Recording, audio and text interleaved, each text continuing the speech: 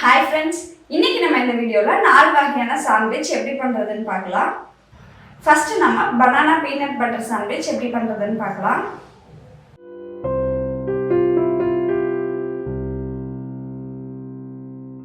இதுக்கு வந்து நம்ம பனானாவை சின்ன சின்னதா கட் பண்ணி எடுத்துக்கலாம். நல்லா மெலிசா கட் பண்ணிக்கோங்க.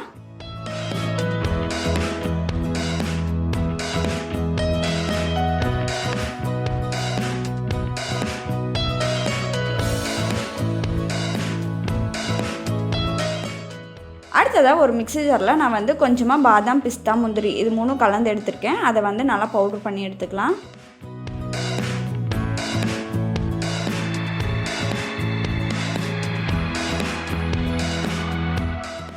இந்த மாதிரி பவுடர் பண்ணி எடுத்துக்கோங்க. அடுத்ததாக நான் வந்து 4 பிரெட் ஸ்லைசஸ் எடுத்திருக்கேன். அதில் வந்து ஒரு சைடில் மட்டும் நம்ம பட்டர் அப்ளை பண்ணிக்கலாம்.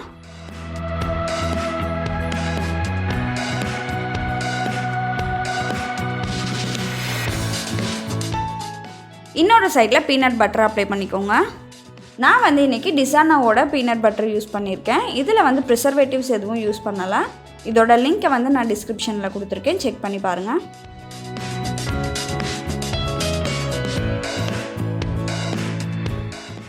மேலே வந்து கொஞ்சமாக பவுட்ரு பண்ணி வச்சுருக்க நட்ஸை வந்து சேர்த்துக்கோங்க.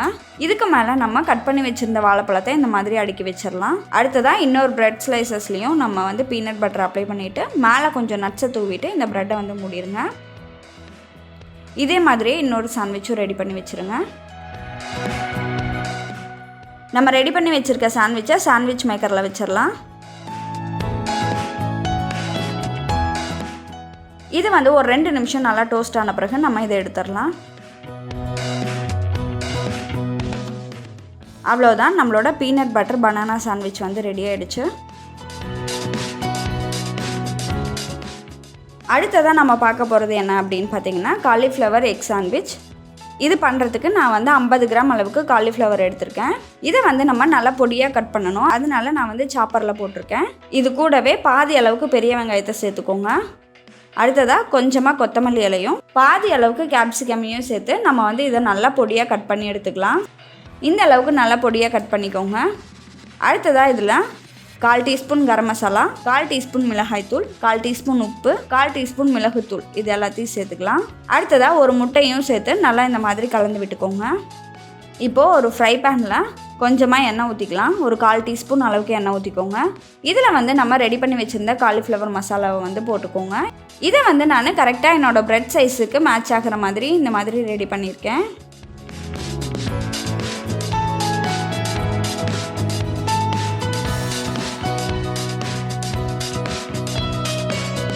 அடுத்ததாக ப்ரெட்டில் வந்து ஒரு சைடில் வெண்ணெய் அப்ளை பண்ணிக்கோங்க. இன்னொரு சைடில் வந்து செஸ்வான் சாஸ் போட்டிருக்கேன். உங்கள்கிட்ட ரெட் சில்லி சாஸ் இருந்தாலும் சேர்த்துக்கலாம். இப்போது நம்ம ரெடி பண்ணி வச்சுருந்த காலிஃப்ளவர் பேட்டிஸை இது மேலே வச்சுருங்க. அடுத்ததாக இன்னொரு ப்ரெட்டை வச்சு நம்ம இதை மேலே மூடிடலாம். இதே மாதிரியே இன்னொரு சாண்ட்விச் ரெடி பண்ணிக்கோங்க. இப்போது இதை வந்து நம்ம டோஸ்ட் பண்ணி எடுத்துக்கலாம்.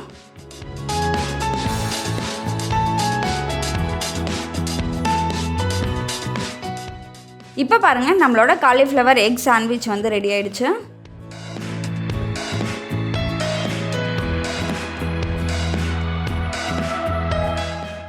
அடுத்ததாக நம்ம குக்கும்பர் வெஜ் சாண்ட்விச் எப்படி பண்ணுறதுன்னு பார்க்கலாம்.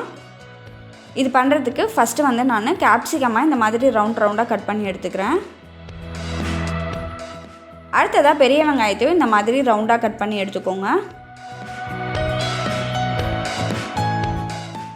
அடுத்ததாக வெள்ளரிக்காயில் மேலே உள்ள தோலை சீவிட்டு இந்த மாதிரி நீளமான ரவுண்டாக கட் பண்ணிக்கோங்க. இப்போது தக்காளியையும் நம்ம ரவுண்டாக கட் பண்ணிக்கலாம். அடுத்ததாக ப்ரெட்டில் வந்து வெண்ணெயை வந்து ஒரு சைடு அப்ளை பண்ணிக்கோங்க.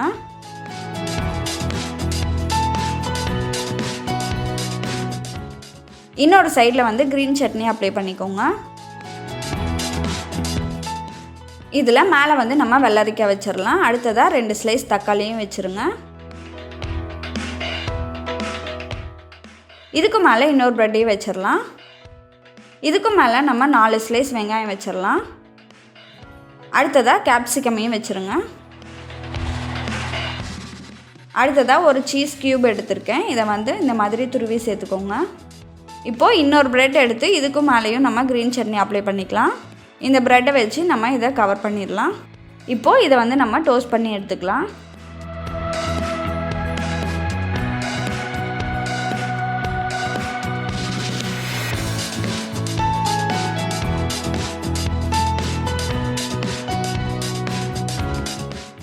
அவ்வளோதான், நம்மளோட குக்கும்பர் வெஜ் சாண்ட்விச் வந்து ரெடி ஆகிடுச்சு. அடுத்ததாக நம்ம பார்க்க போகிறது மசாலா டோஸ்ட். இது பண்ணுறதுக்கு ஒரு ஃப்ரை பேனில் 2 டீஸ்பூன் அளவுக்கு எண்ணெய் ஊற்றிக்கோங்க. எண்ணெய் சூடான பிறகு அதில் 1/4 டீஸ்பூன் கடுகும் 1/4 டீஸ்பூன் சீரகமும் சேர்த்துக்கலாம். அடுத்ததாக நான் வந்து 2 உருளைக்கிழங்க வேக வச்சு மசிச்சு எடுத்திருக்கேன், அதை வந்து சேர்த்துக்கிறேன். இது கூடவே ஒரு 50 கிராம் அளவுக்கு பச்சை பட்டாணியை வேக வச்சு இது கூட சேர்த்துக்கோங்க. கொஞ்சமாக கொத்தமல்லி இலையும் சேர்த்துடலாம். இது கூடவே நம்ம ஒரு 1/4 டீஸ்பூன் அளவுக்கு மஞ்சள் தூளையும் சேர்த்து நல்லா இந்த மாதிரி மிக்ஸ் பண்ணி விடுங்க. இப்போ வந்து இதில் நம்ம 1/2 டீஸ்பூன் மிளகாய்த்தூள், 1/2 டீஸ்பூன் உப்பு, 1/2 டீஸ்பூன் அளவுக்கு கரம் மசாலா, 1/2 டீஸ்பூன் சாட் மசாலா இது எல்லாத்தையும் சேர்த்து நல்லா கலந்து விடுங்க. நம்மளோட உருளைக்கிழங்கு மசாலா வந்து ரெடி ஆகிடுச்சு. அடுத்ததாக ப்ரெட்டில் ஒரு சைடு வந்து பட்டர் அப்ளை பண்ணிக்கோங்க, இன்னொரு சைடு வந்து க்ரீன் சட்னி அப்ளை பண்ணிக்கோங்க. இது மேலே நம்ம ரெடி பண்ணி வச்சுருந்த உருளைக்கிழங்கு மசாலாவை சேர்த்துடலாம். இதுக்கு மேலே நம்ம ஸ்லைஸ் பண்ணி வச்சுருந்த வெங்காயத்தை சேர்த்துருங்க. அடுத்ததாக தக்காளியையும் வச்சிடலாம். கேப்சிகம் வந்து 2 ஸ்லைஸ் வச்சுருங்க. மேலே கொஞ்சமாக சாட் மசாலா தூவிக்கோங்க. இதுக்கு மேலே நம்ம சீஸ் சேர்த்துக்கலாம். அடுத்ததாக கொஞ்சமாக பீட்ரூட்டும் சேர்த்துக்கோங்க.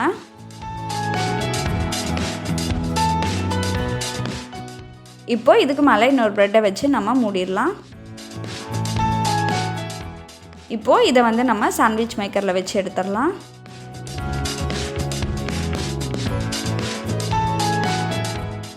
ஒரு 2 நிமிஷம் டோஸ்ட் பண்ணி எடுத்துக்கோங்க. அவ்வளோதான், நம்மளோட மசாலா டோஸ்ட்டும் ரெடி ஆகிடுச்சு.